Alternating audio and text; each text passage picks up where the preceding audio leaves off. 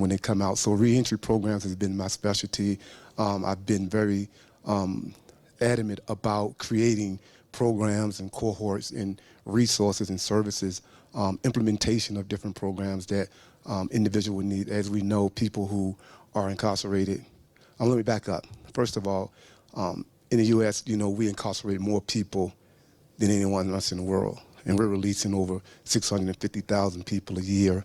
A lot of these people, individuals, formerly incarcerated or just as involved individuals, are coming back to the community without resources, without services, and are expected to thrive and make it when they don't have sometimes the necessary tools. A great deal of them end up in situations where employment is almost inedible for some. Having a background because of policies that continue to block people. When we think about individuals not being able to get connected to housing, and even in some cases education, and the list just kind of goes on. So my work has been very intentional and strategic. I work with a group of advocates that find different ways that we can continue to work. Now, we do a lot of work with law enforcement from the perspective of, because we know we have an epidemic and a crisis when we think about the fentanyl, or when we think about gun violence, and we think about all these other social issues. So I've had, a lot of collaboration going on with the DEA right now, where they have an initiative or a great move talking about the one pill kill. So we've just been able to, because we're losing a lot of people, and particularly those that are struggling with mental health or co-occurring disorders that are finding their way back to substance abuse once they're released. And so we also have initiatives where we're working with, like I work with the parole board member in trying to find means to try to build different, programs while they're still incarcerated, so we can continue to put relevant information out. So anyway, though, I'm gonna kind of pause right there and let DeAnna kind of, give her a little introduction. Thank you. Hi, DeAnna Hoskins. Currently serving as a Presidential White House Fellow. Prior to that, I run a national nonprofit out of New York City called Just Leadership USA. Just Leadership is the only national organization that is founded by and operated by formerly incarcerated individuals.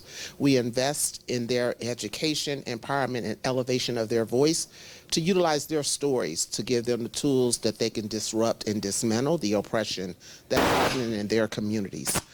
Prior to Just Leadership, I served as Senior Policy Advisor for the Department of Justice. I was the first formerly incarcerated person ever hired in a career position within the Department of Justice to oversee and manage the federal government's investment in corrections and reentry. It's like this 25-year history. Prior to that, I was actually serving as Director of Reentry for my hometown county commissioners.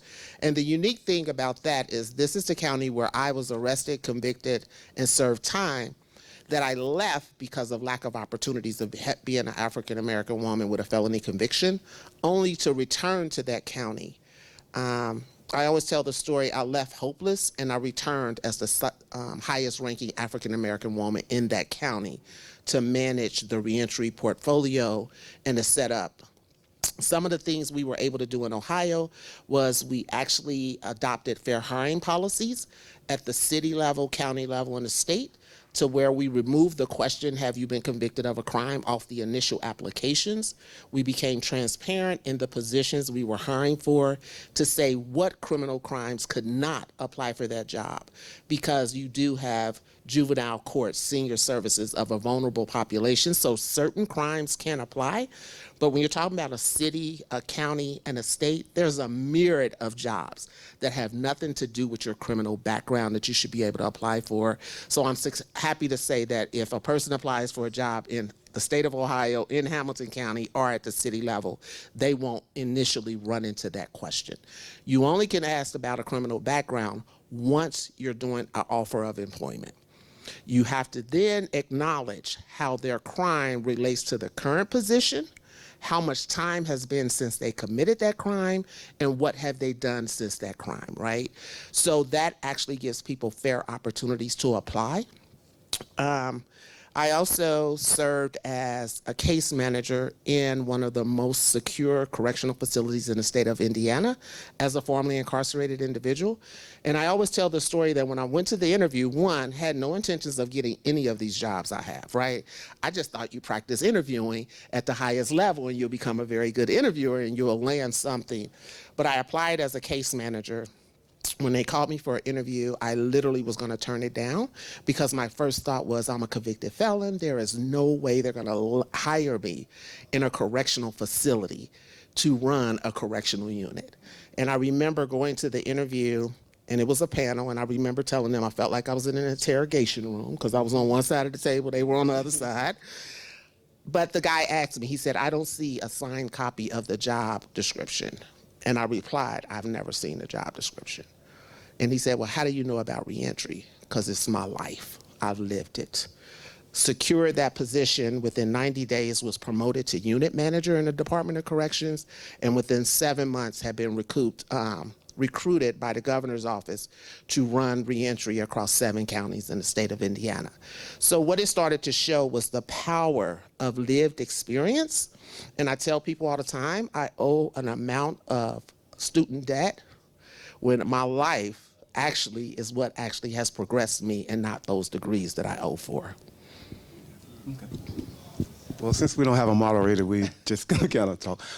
I really want to start from a place of recidivism because, of course, in the U.S. in our country, I think we have a 60% recidivism rate. Please correct me if I'm wrong. DeAnna here may be the expert. She does a lot of policy work.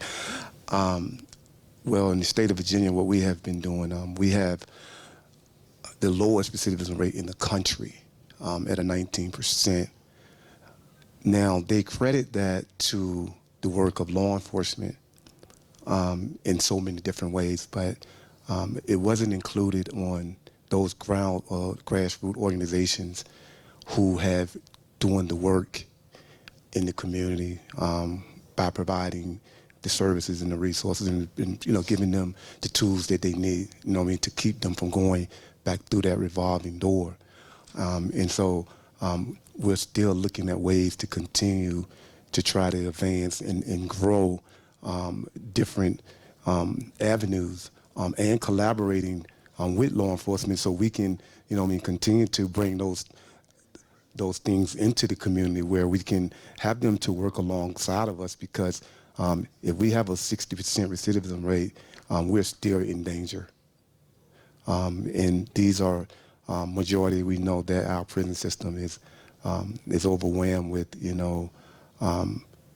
individuals who are black and brown people, and so the work is still not done. Although we still speak to having low recidivism rates, it is still so much relevant because we're talking about children. When I worked for an organization, one of my first positions, I worked with kids incarcerated parents. That particular initiative, because we understood through data and through numbers, it showed that over half of the population have children. So who are providing for these children during the incarceration of these parents, in the strain that comes with that, or the challenges that come with that elderly grandmother or that aunt or uncle who may have already raised the family and now they're raising the children, of those individuals that are still serving time. And so that's really dear to my heart when I think about what's needed more and why the funding. It's a big fight trying to get. I remember we had to do different sorts of fundraisers and just to try to get the funding so we could do certain projects that would bring these children out of. Some of them have never even left their own area, and so I found that to be very heartening. But again, I wanted to speak more about children of incarcerated parents because that's one of my passions is making sure that these children don't become tomorrow's prisoners. And in most cases, statistics shows that they will experience some of the same things that their parents. No one comes to the world looking to be incarcerated. No one comes to the world looking to have mental health. No one comes to the world to have substance abuse and addictions and other things that plague our community, but it's a reality. And so I like to go to the root of the cause. I mean, it could be a lot of people sitting right here You know, when we talk about so many people being released every year back into the U.S., anyone could be sitting up here representing me. I'm just one of millions of people that come back home. And as DeAnna was talking about the employment laws, that's another area that, you know, that we have to unpack. But anyway, though, I don't want to take up more time. We'll pass it along. Intro. Oh, introduction? That's okay. All right. Sorry that I was a little bit tardy. I was interrupting my spa time. I didn't know I was had a session right now. But I appreciate being here. I'm Colonel Jeff Glover, Director of the Arizona Department of Public Safety. So I've been in law enforcement for over 27 years.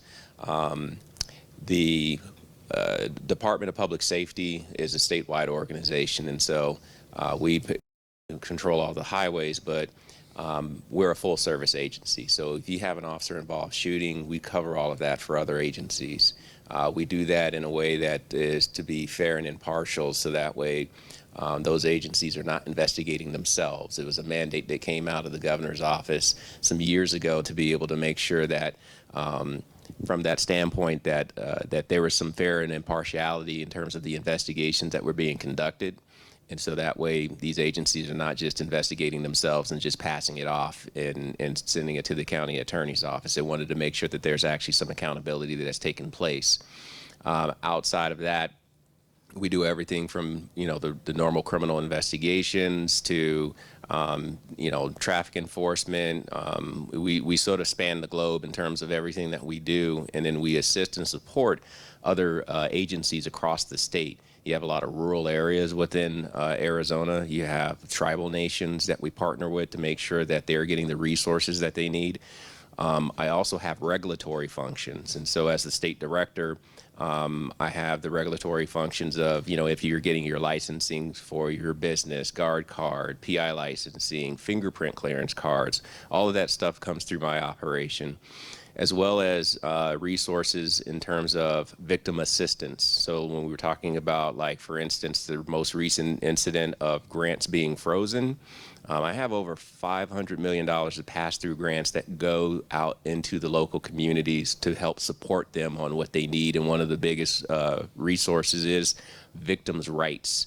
So the victims' rights assistance, the advocacy work, all of those things were impacted when that freeze happened. So it's work like that we do to make sure that all local agencies are able to support their initiatives to ensure that they are able to just provide for the community, and that's what they're supposed to be doing. They're supposed to protect and serve, and they're supposed to be able to provide the necessary resources for the community. But the unique thing about what I do is that that's not only just on a law enforcement function, that is also a social services function. So there's a lot of different areas that I have to impact and touch to be able to make sure that people are getting the resources, because we're trying to make a safer Arizona.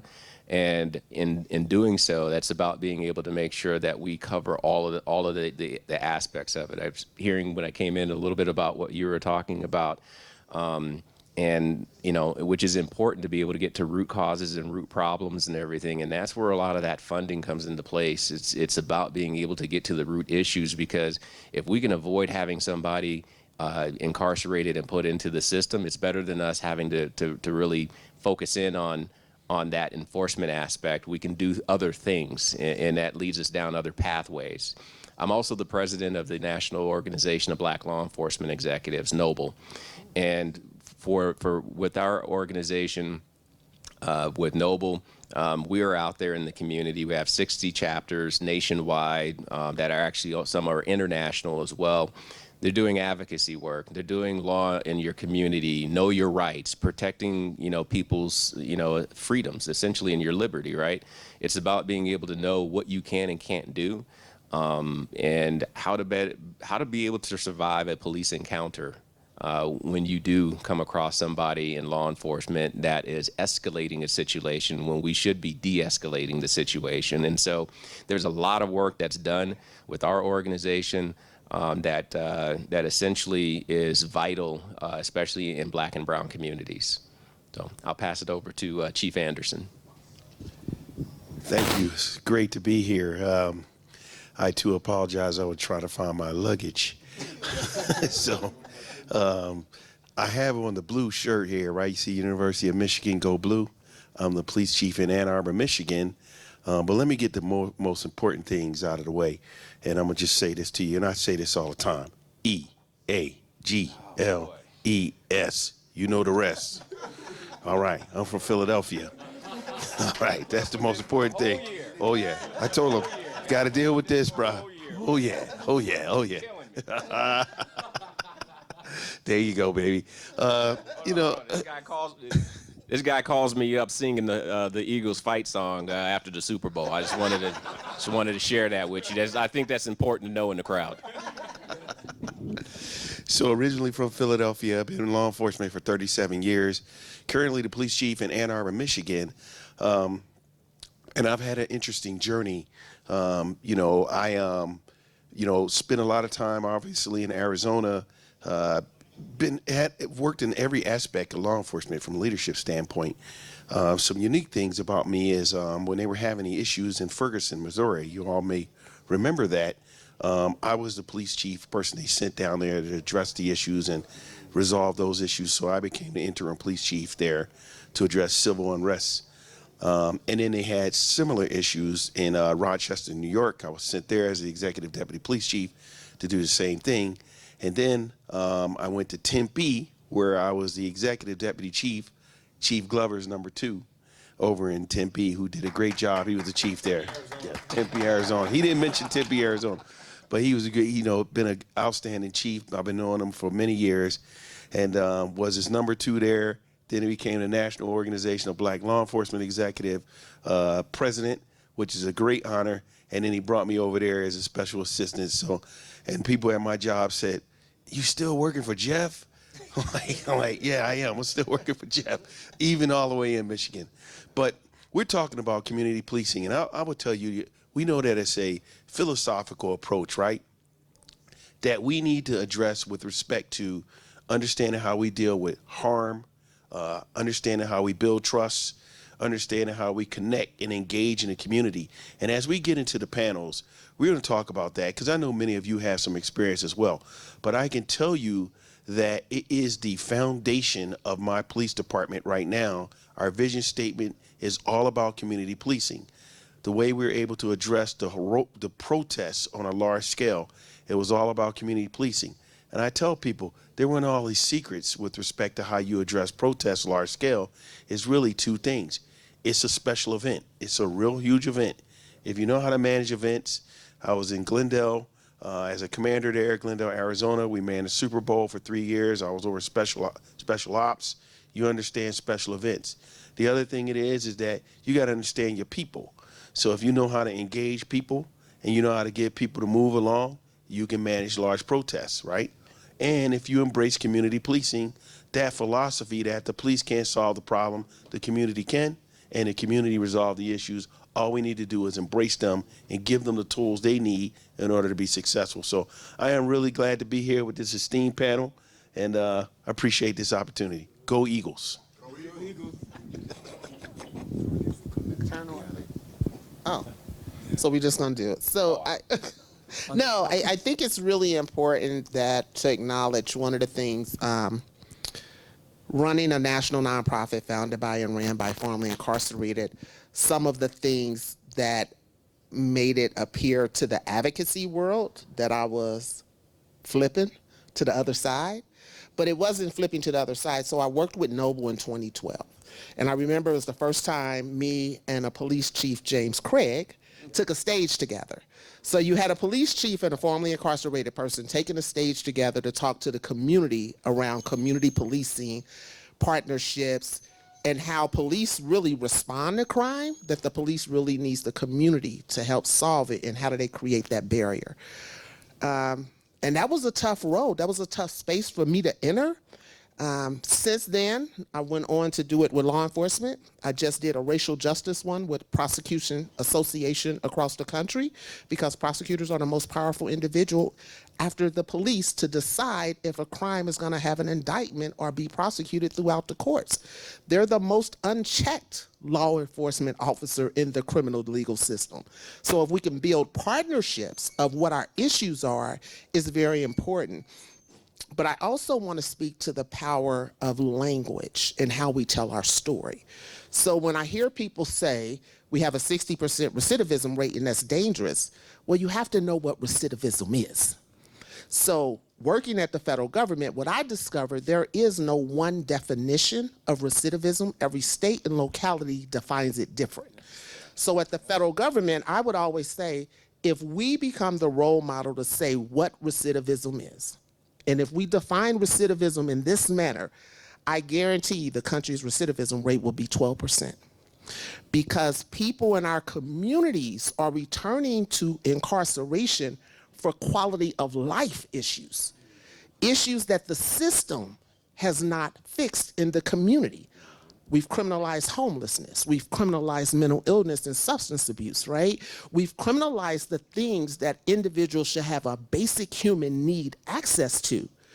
That when you say recidivism and you look at the incarceration rate, 2.1 million people are in prison and jails, but 4.5% are up under some community supervision, which is where the recidivism rate starts, right? So you only return when you're on that probation or that parole. If you define recidivism as committing a new crime, you will have a lower recidivism rate, and we will have a more focused target of who we need to aim our limited resources at to help them prevent from going back to crime. But we don't, and let's be honest, why we don't. Mass incarceration is a big business. Mass incarceration is a big business. Typically, I challenge everyone in this room to look at your retirement plan and where your employer has your money invested. I bet if you dig far enough, you will see private prison industry and all of those being part of your city, state, and locality retirement dollars being invested in. Civic Corps. So when I say that, so when you ask me, when people say we have the lowest recidivism rate, 19%, I still struggle why we're focusing on the 19% when that means 89 or whatever, 79% ain't recidivating, but we don't want to sit at the table and talk to them to ask them what did they get to help them stay out so we can go back and help the 19. Because we innately still believe that people who commit crime, which is the highest rate of Black and brown communities, still have a moral deficiency that can't help us solve this problem. Wow.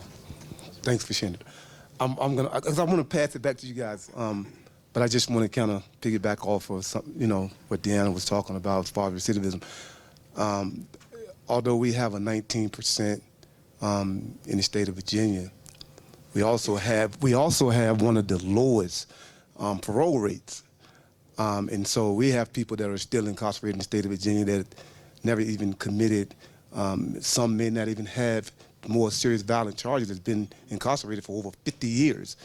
We have a gentleman that's been incarcerated for over 50 years, but have never had a homicide or he may have had some institution infractions. And when we think about why the numbers are the way they are, when we talk about that 19% that's being low, nobody is talking about the low rate of people being paroled. That's the issue that we kind of avoid or go around. And so, again, doing advocacy work, particularly this individual that's been incarcerated for over 50 years, has been one of the things that myself and other advocates that are been very supportive of. And we even have other certain parole board individuals are supportive as well of this individual. I won't call his name because it's become a really controversial kind of a situation in the state, Virginia. But again, circling back also to the children, we have not found a way to be able to bring the funding, the resources that we need to keep these young people. I've been doing advocacy work for over, again, 20-some years. I've worked with the parents and now work with some of the young men or children that may have been a product of that parent. And so the work continues, but I want to hear more about, from, your perspective on what type of the connections in the community as far as from law enforcement when it comes to the children. Yeah. So I got a couple of things on this. So first, there's something that struck a chord with me when you're talking about the laws and homelessness, and that starts a lot of times with your local government and what they perceive to be an issue, a quality of life issue within the community. And what I have seen here recently is a lot of Jim Crow 2.0, and that's what they're doing. You have Jim Crow 2.0 that's actually starting up because you're having policies that are being driven that are forcing police departments to go out there and arrest homelessness as if it's a crime. It is not a crime to be homeless, but they are creating policy in order to go after the homeless people. And that's just wrong. And so, that's something that from a local level that you really have to be mindful of, and that you have to go out and really advocate and push, because quite frankly, your police departments, they will push in the background, and you may not know that maybe that police chief or that public safety director is pushing to say, hey, we can't do this. But those politicians and elected officials are getting pushed by community members and others that have a little bit of money, and they're essentially following suit to say that, okay, well, this is what we're going to do. We're just going to create more ordinances to basically push these people out and not actually provide the resource. And that's a problem. That's a huge problem, because now we're getting into the aspect of the business of dealing with homeless issues that we should not be dealing with mental health issues that we're not trained adequately to be able to deal with. And it puts us in a bad position because we should not be anywhere near any of that stuff. That's not what our purpose is. Another thing, and there's a small group here, and I'd like to get a poll of hands. How many people in the room has had the police chief or somebody from your police agencies come to you and say, as a community, how do you want to be policed? I'm seeing a hand. Hold on. Let's show of hands. Show of hands. Anybody? I don't see any hands raising. Because it doesn't happen, and it needs to happen. We need to ask the community, how do you want to be policed? What does that look like? What is our shared vision and goal? If we're not doing that, then we're not actually engaging and really truly being about what we're talking about in terms of community policing. That has to be a shared approach with your police department and the community lockstep together, trying to path out that vision as to what policing should look like within your area. And those are some of the challenges that we have, because there's egos, there's politics, there's all these other things that are going on, but sometimes it's going to take the community to press those individuals into having that conversation, because you have a lot of them that they're not going to, they don't tell me how to run my shop, don't tell me how to do my job. Well, you pay me to do this job. I work for you. I need to hear from you how you want to be policed. And then I need to tell that, in my case, to the legislators and the governor, because they need to know what the community wants.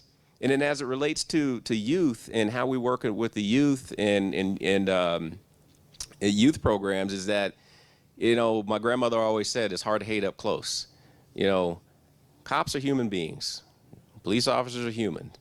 And until you sort of get to know the story, you get to know the people behind the badges, you get to know them outside the uniform, when they're just wearing their cargo shirt and Go-Go Diego pants and all that stuff. You need to just know that we're just people as well, right? And so we have to do a better job of engaging our youth and letting them know that we are just people, and that we are in this profession because we love service.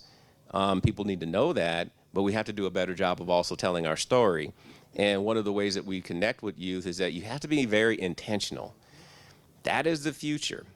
Our youth is our future. We do at DPS, we've created STEM programs for high school kids because why? We have technology. I've got an IT section.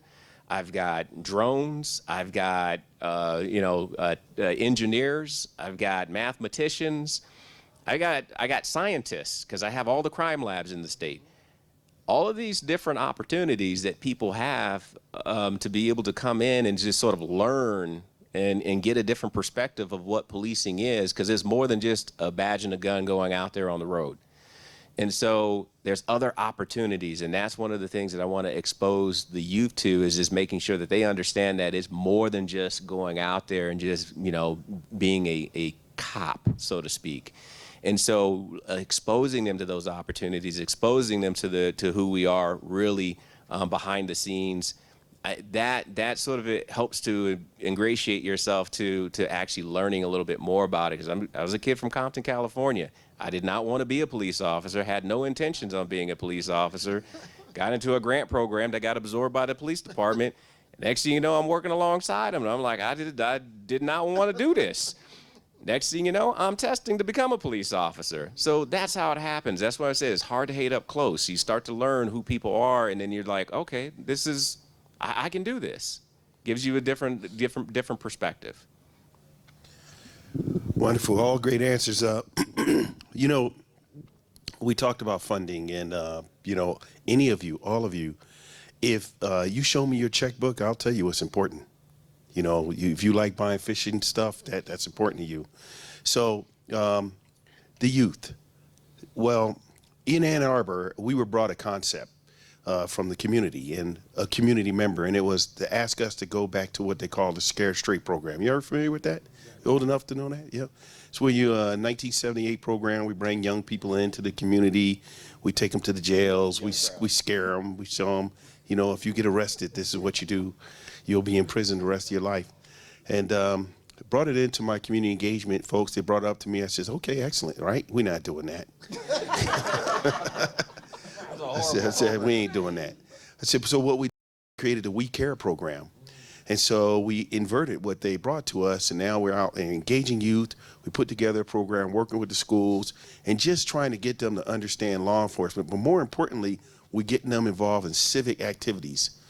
They need to bring us things that they feel are important to the community, and then we'll help embrace that and help prepare them. The next step is connecting them to many of the leaders throughout the community to help them with jobs. In the police department, we want to show them that we simply care. It's just really that simple for us. So, this community engagement, community policing, working with the youth, there's a number of examples that we can talk about.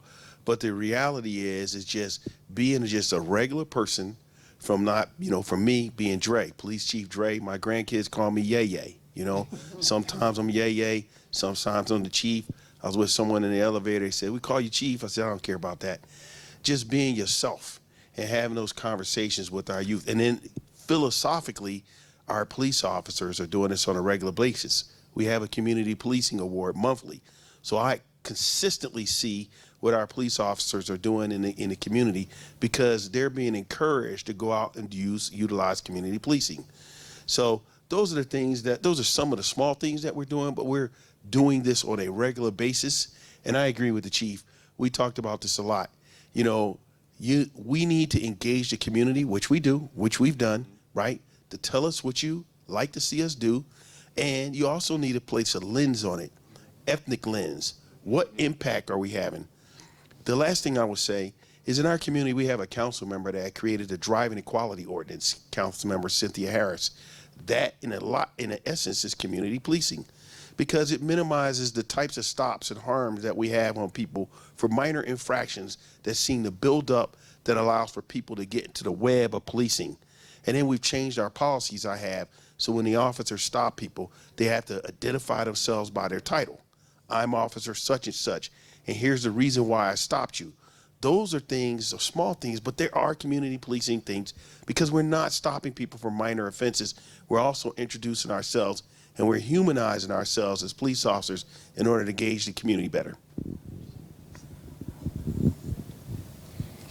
Thank you. When you talk about community engagement, I think it's important, or I want to share the innovation that comes out of that, right? Because typically in the Black and brown community, there's been this us and them with law enforcement and community, right? So when you do innovative things and the community has a voice, and I remember asking the police chief to go to visit prison with me. And he was like, visit prison with you? And when we got there, we put all the gang members who had been incarcerated that were returning back to our county.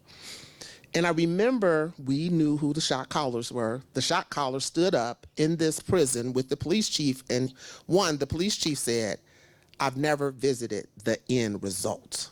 I just always arrested and testified on the front. I never came to see what was coming back to the community or how transformation happened. And the gang member said, and I never had a police officer say to me, I want you to be successful, and even if I have to arrest you, I should be issuing a level of customer service that is respectable to humanizing who you are at that time. But what it did, it built a relationship between that shot caller and the police chief as he came back to the community, because he was given credibility that Cincinnati police now had a police department that was starting to focus on community engagement and was talking to individuals most impacted on how they wanted to be policed, right? So I took this concept to parole, the Association of Parole Authorities, and I was on a call and I was like, she was like, well, we got to figure out how to supervise people. And I said, well, just ask them. And she said, hey, so you want us to ask people how they want to be supervised? I do, yes. Because when you show up at my employer as my parole officer, you are jeopardizing my job, which if I don't have, becomes an opportunity to violate me. So don't show up to where you jeopardize my job. Ask me how I want to engage to be accountable for what I have to and how I should be supervised. And then I also want to say, when we talk about children of incarcerated parents, if we take the focus off the children of the incarcerated parents and put the focus back on the system, we need to ask our education system why they're using third grade test scores to predict future prison need. So therefore, it's not the parent, it's the school system that is already setting up Jim Crow 2.0 as a threat to incarceration, and we have a system that guarantees you will enter this system so that we can legally discriminate on you on the backside.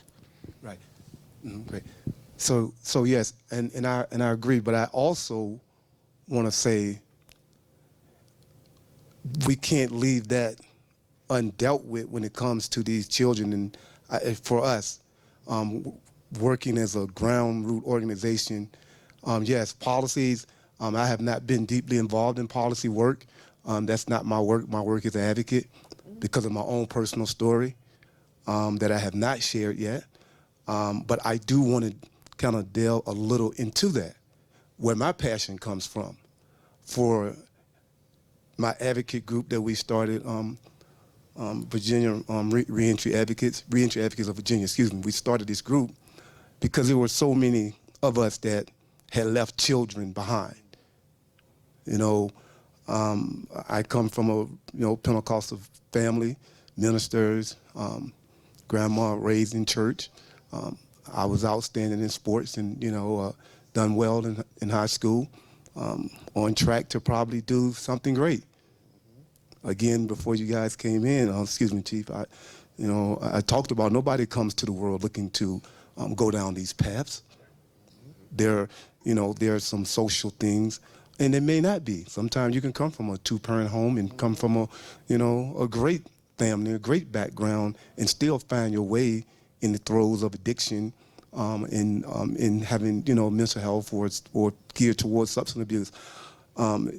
Either one of those was not my story, but my story was that I was curious about Johnny, who was over here dressing better than me in school and had a car, right, that I didn't have at the time. And so I still hear that same story right to the day. And I'm almost now 40, 50 years later, hearing the same story that I told a counselor. Why did you get involved?